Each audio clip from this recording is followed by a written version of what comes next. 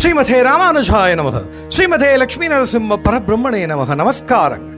ஜெய் ஸ்ரீ லக்ஷ்மி நரசிம்ம சுவாமி. ஹே நிருசிம்மா, ஒன்றும் அறியாத ஏதும் தெரியாத அடியார்கள் நாங்கள். இந்த சம்சார சாகரம் என குப்பைக்குள்ளே, இந்த கடலுக்குள்ளே மீண்டும் மீண்டும் விழுந்து புரண்டு எழுந்து தடுமாறி நிற்கிறோம் நாங்கள். உன் பரம பக்தனான பிரகலாதனை அந்த கொடிய நெருப்பிலிருந்து, ஆழமான கடலிலிருந்து, மலை முகட்டிலிருந்து, விஷத்தன்மையிலிருந்து, மத யானையிடமிருந்து, கொடிய விஷம் கக்கும் பாம்புகளிலிருந்து என்று காப்பாற்றி காப்பாற்றி கரை சேர்த்தாய். நீயே அகிலம் காக்கும் ஆபத் பாந்தவன், அநாத ரட்சகன். ஹே நிருசிம்மா, உன்னுடைய கருணை பார்வை எங்கள் மேல் பட்டு எங்களை காத்து காபந்து செய்து மோட்சம் நல்கி உன் தாமரை திருவடி சேரும் எங்களை காப்பாற்றி அனுகிரகம் செய்யுமாறு பிரார்த்திக்கிறேன். சனீஸ்வரன் இயற்றிய லக்ஷ்மி நரசிம்ம ஸ்தோத்திரத்தின் அர்த்தம் இது. பல பல பதிவுகளுக்கு முன்பு நாம் கர்ம பலன்கள், கர்மா பற்றிய அலசல்கள், புண்ணியம் பாபம் என பல பல தலைப்புகள் கீழ் அலசியிருந்தோம். இப்பொழுது ஒரு கேள்வி: எது நல்லது, எது தீயது, எது புண்ணியம், எது பாபம், எப்படி அதை நாம் முடிவு செய்வது? இதற்கு ஏதாவது வரையறை உண்டா, சுலப வழி உண்டா? நிச்சயமா இந்த பதிவை முடிக்கும் போது பதில். இப்பொழுது கதைக்குள்ளே நாம் செல்வோம். வாரணாசி என்ற காசி கேட்டாலே புண்ணியம் நல்கும் கஷேத்திரம். அதை ஒரு மாமன்னன் ஆண்டு வந்தான். மிக நல்லவன். எல்லோருக்கும் நல்லாட்சி கொடுத்து புண்ணியம் பல செய்து எதை சொத்தாய் சேர்க்க வேண்டுமோ தன் சந்ததிக்கு புண்ணியமாய் அதை சேர்த்தான். அவனுக்கு வேதம் கற்ற பிராமணர்கள் மேல் அலாதி மரியாதை. சபையிலே அறிவுபூர்வமான பல விவாதங்கள் செய்து சன்மானங்கள் பல கொடுத்து அவர்களை அலாதியாய் கௌரவிப்பான். எல்லா விதமான சுவை மிகுந்த அன்னதானங்கள் செய்து தூளி கர்வமின்றி வாழ்க்கையிலே இருந்தான். அவன் செய்யும் அன்னதானம் பேர் போன்று. அவ்வளவு பக்ஷணங்கள், வகை வகையான சுவை மிகுந்த பதார்த்தங்கள் என வழங்கி திருப்திப்பட்டான். ஒரு நாள் வழக்கம் போல் சமையல் நடந்து கொண்டிருந்தது. மிகப்பெரிய அண்டாவில் பாயசம் கொதித்து கொண்டிருந்தது. பதமான அரிசி, பாகு, வெல்லம், முந்திரி, திராட்சை, ஏலம் என மணக்க மணக்க அந்த பாயசம் தயாராகி கொண்டிருந்தது. இப்பொழுது மேலே ஒரு கழுகு ஒரு செத்த பாம்பை வாயில் கவ்வி பறந்து கொண்டிருந்தது.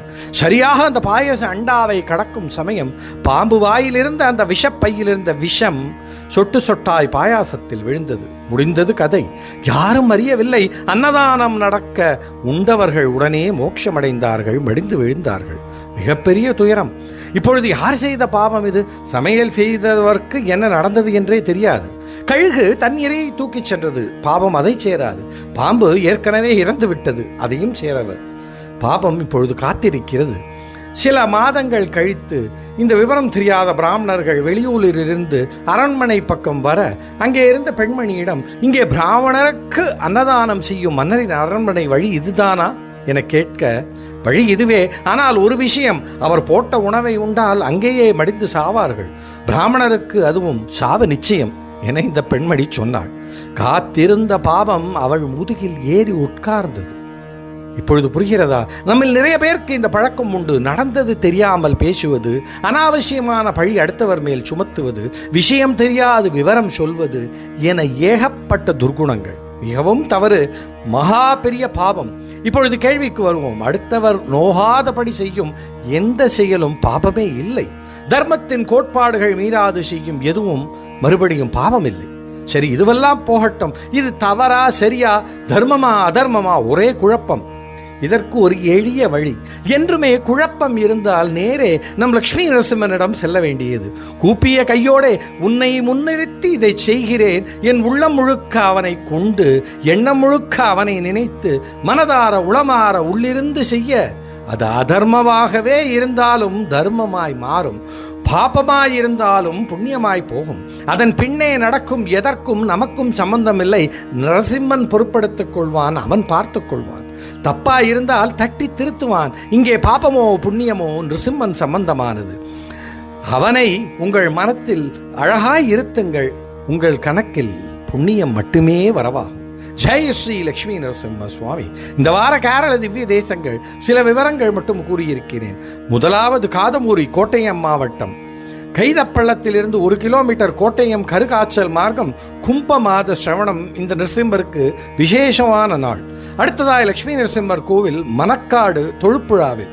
இடுக்கி மாவட்டத்தில் தொடுப்புழாவில் இருந்து 3 கிலோமீட்டர் தூரம் தொடுப்புழா ராமமங்கலம் மார்க்கத்தில் உள்ளது இந்த கோவில். 200 வருடங்கள் பழமையானது. நிருசிம்மர் இங்கே பிரதானமாய் வீற்றிருக்கிறார். இப்பொழுது அழகான மதுரமான லக்ஷ்மி நரசிம்ம சஹஸ்ரநாம ஸ்தோத்திரம். பகுயோஜன விஸ்தீர்ணம் பகுயோஜனமாயதம் பகுயோஜன ஹஸ்தாங்கிரீ பகுயோஜன நாசிகம் மகாரூபம் மகாவக்ரம் மகாதம்ஸ்ரம் மகாபுஜம் மகாநாட்டம் மகாரௌத்ரம் மகாகாயம் மகாபலம். ஹே லக்ஷ்மி நரசிம்மா, நீயே உலகளந்த உத்தமன், எண்ணிலடங்கா யோஜனைகள் உடைய வலிமை கொண்டவன் நீ. உன் கைகள் கால்கள் எதையும் நாங்கள் அளக்க முடியாது.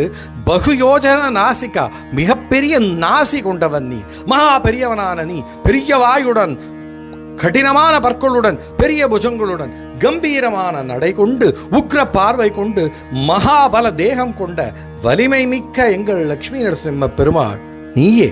ஸ்ரீமதே நிகமாந்த மகாதேசிகாய நமः.